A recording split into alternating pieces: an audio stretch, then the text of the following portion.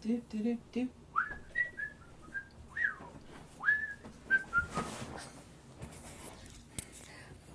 I don't know why people like it when I whistle when I come into the videos. I've had more than a few people say, "Don't ever stop doing that." Like, really? Okay. I don't understand that at all. I have to apologize for being absent for the past couple days. I was not taking a break. Actually, yeah, I know I could starve myself. I haven't eaten all day, and it's like 1 o'clock in the morning.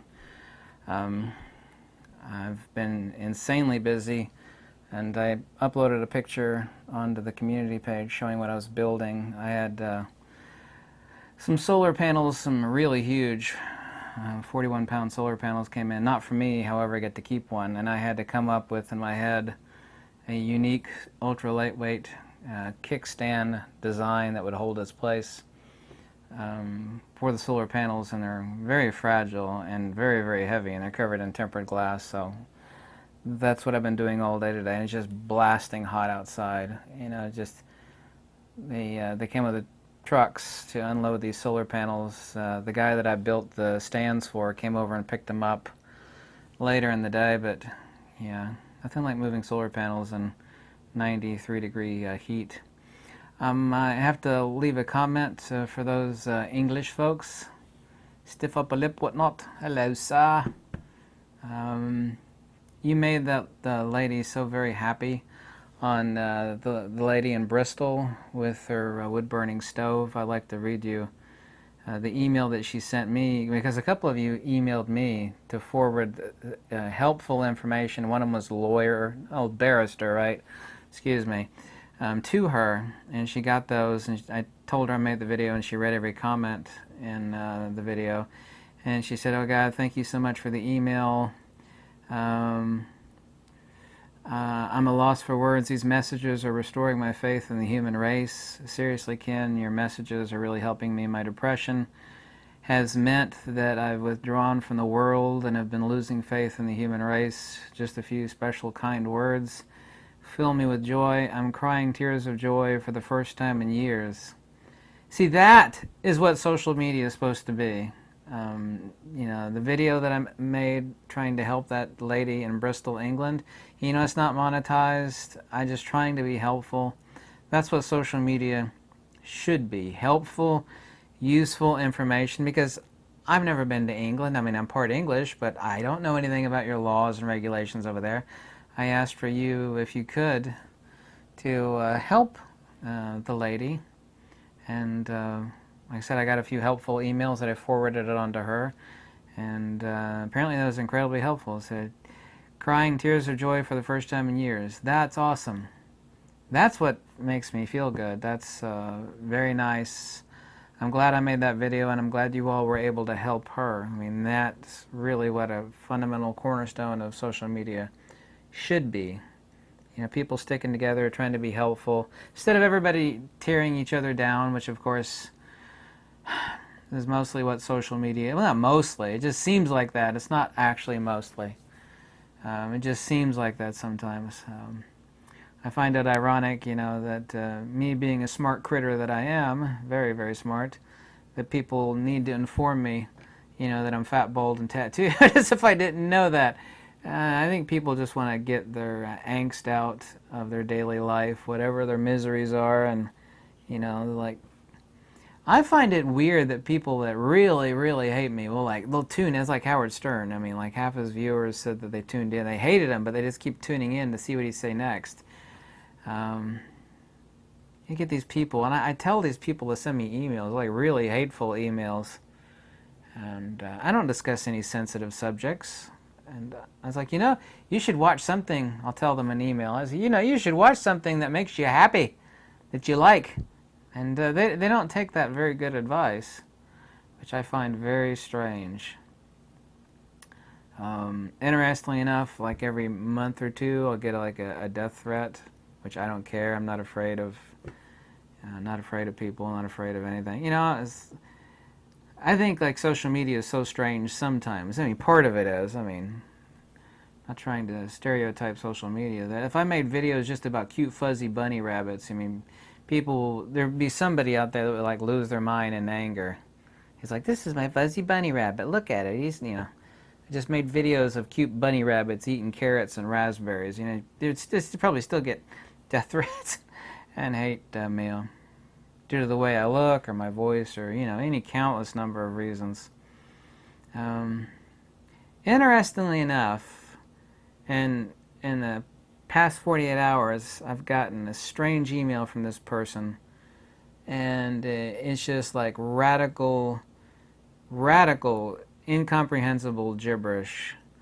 I mean, it's just like flea went to the house morning, noon, went side. Now, just craziness. That's really strange. Some of them are very elaborate, and it's not machine generated.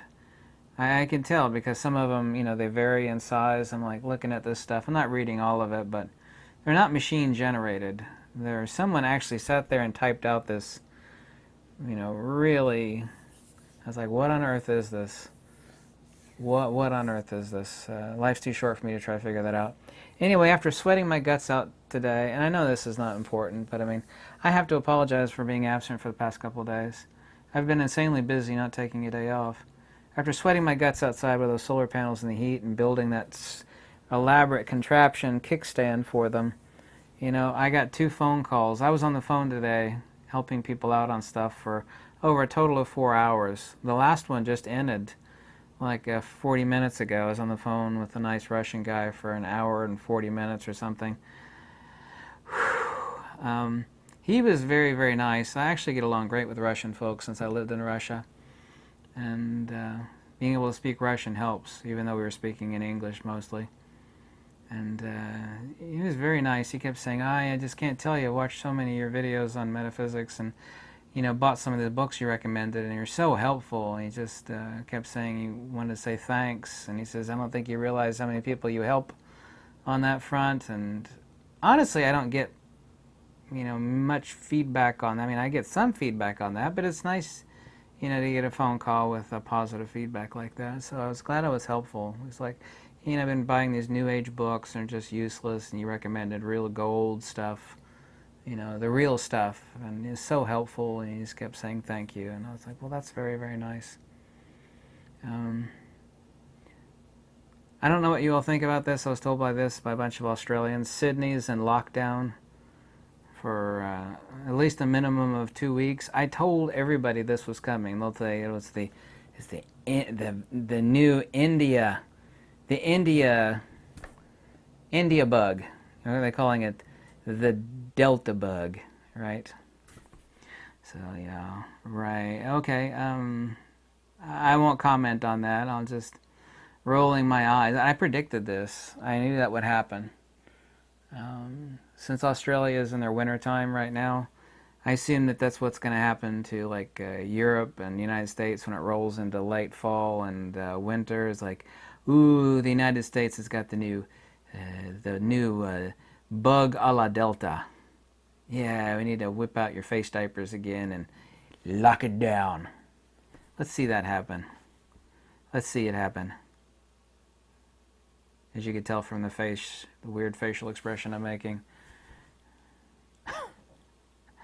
I'm trying to find a way to lessen bills. Like I said, I don't drink, I don't smoke, I don't do drugs, I don't have any vices other than, like a bowl of grapes or something like that I shouldn't eat, because obviously I'm fat, right? My idea of a vice is, like some fruit juice and a roast beef sandwich, like, hey, that's my vice. I'm trying to find a way to lessen my bills. I'm not saying I'm going off grid anytime soon, but I, like you, suffer from this planned obsolescence garbage. I don't know if it's my age. You have to tell me if you feel the same. I'm really, really, really sick of just all the filth constantly in this material world. It's an ephemeral disaster. It's a train wreck. It's a moving train wreck. The empirical world is, of course, but this stuff is designed to fail, and we're just surrounded with this filth that is designed to break. And you want to talk about something that's bad on the environment?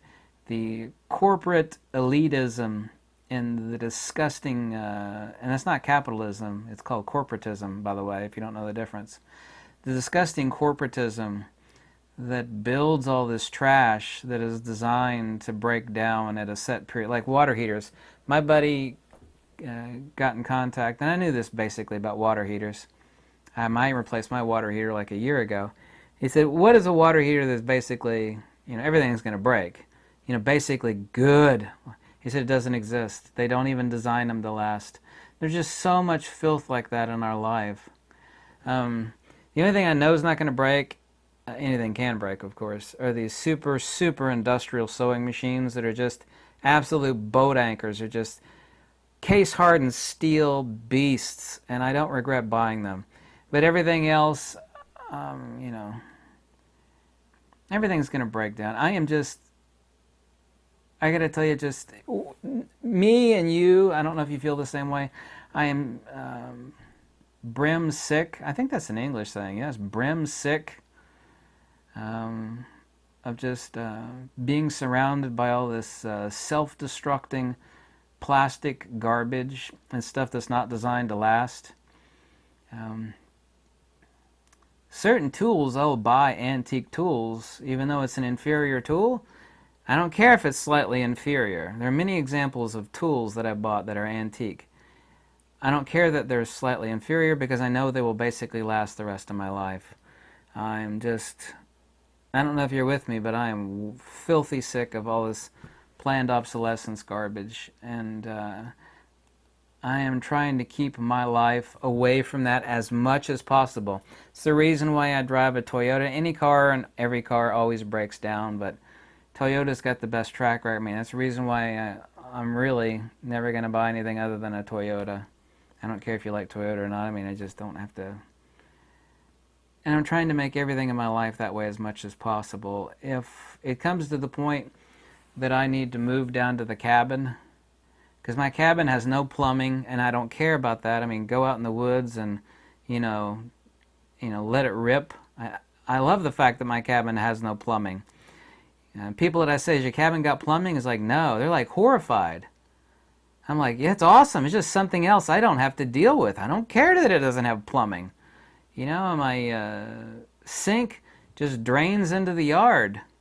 I'm not flushing toxic chemicals or soaps or anything like that into the environment. It's just like food particles and water. Don't need that stuff. I mean, I really don't. I do need a laptop, and a TV is nice, and a couple electrical devices like a fan, and some way, a refrigerator, to have ice cubes and keep food cold, but I really don't need that much. I'm getting to that point in my life where I'm trying to simplify things. I spend a lot of time talking about this, but it literally irritates the living dog snot out of me, because what it does is I keep having to fix things and replace things and spend money that I don't have on things that, should have lasted long, because I take really good care of my stuff. I take really good care because I just don't want it to break. Even though it will break, of course. Everything breaks, everybody dies, everything breaks. But I'm trying to be realistic. In the early 1900s or whatever, you bought a tool, it basically lasted the rest of your life. You bought a can opener, it lasted for the rest of your life. You fixed your own stuff, you sharpened your own knife. People today are so lazy. And this is true. I know it's true. People will buy kitchen knives. They throw it away. They time to get some new knives. I'm really, really good at sharpening knives, by the way. And God knows how many countless millions of people do that. It's like, the knife's dull. It just doesn't cut the tomatoes like it used to. It's time to go get some new knives. Let's go down to Walmart or wherever the hell, Get some new knives. These are dull. Buy yourself a $30 Spyderco sharpener like I have. You can sharpen anything. Axes, hatchets, big knives, swords. Sharpened everything on that thing. I am on a hell-bent mission to make my life as uncomplicated as possible.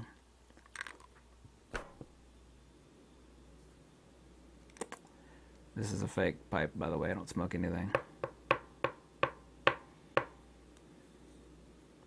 Once again, I apologize for not having any videos the past 2 days. I was not taking a day off, 2 days off. Today, I haven't eaten all day long, which is fine. I'm fat, I know, and I could starve myself, I know that. But it makes me ill. I've got a headache right now from not eating anything. I was going to eat, but I got a phone call, and I was on the phone for an hour and 40 minutes.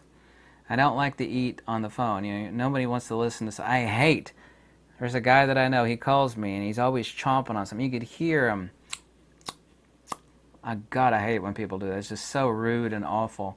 I would never do that to somebody else while they're talking to me on the phone. So, even though it's like 2 a.m., it's actually 2:30 in the morning. I'm going to try to fix a bowl of soup and then go to bed. But once again, I apologize. Thank goodness after today, things should return to normal.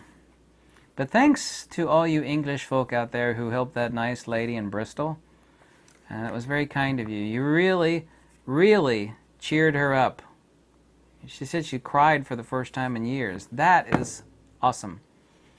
So, peace out, Girl Scout. Thanks for watching. Bye.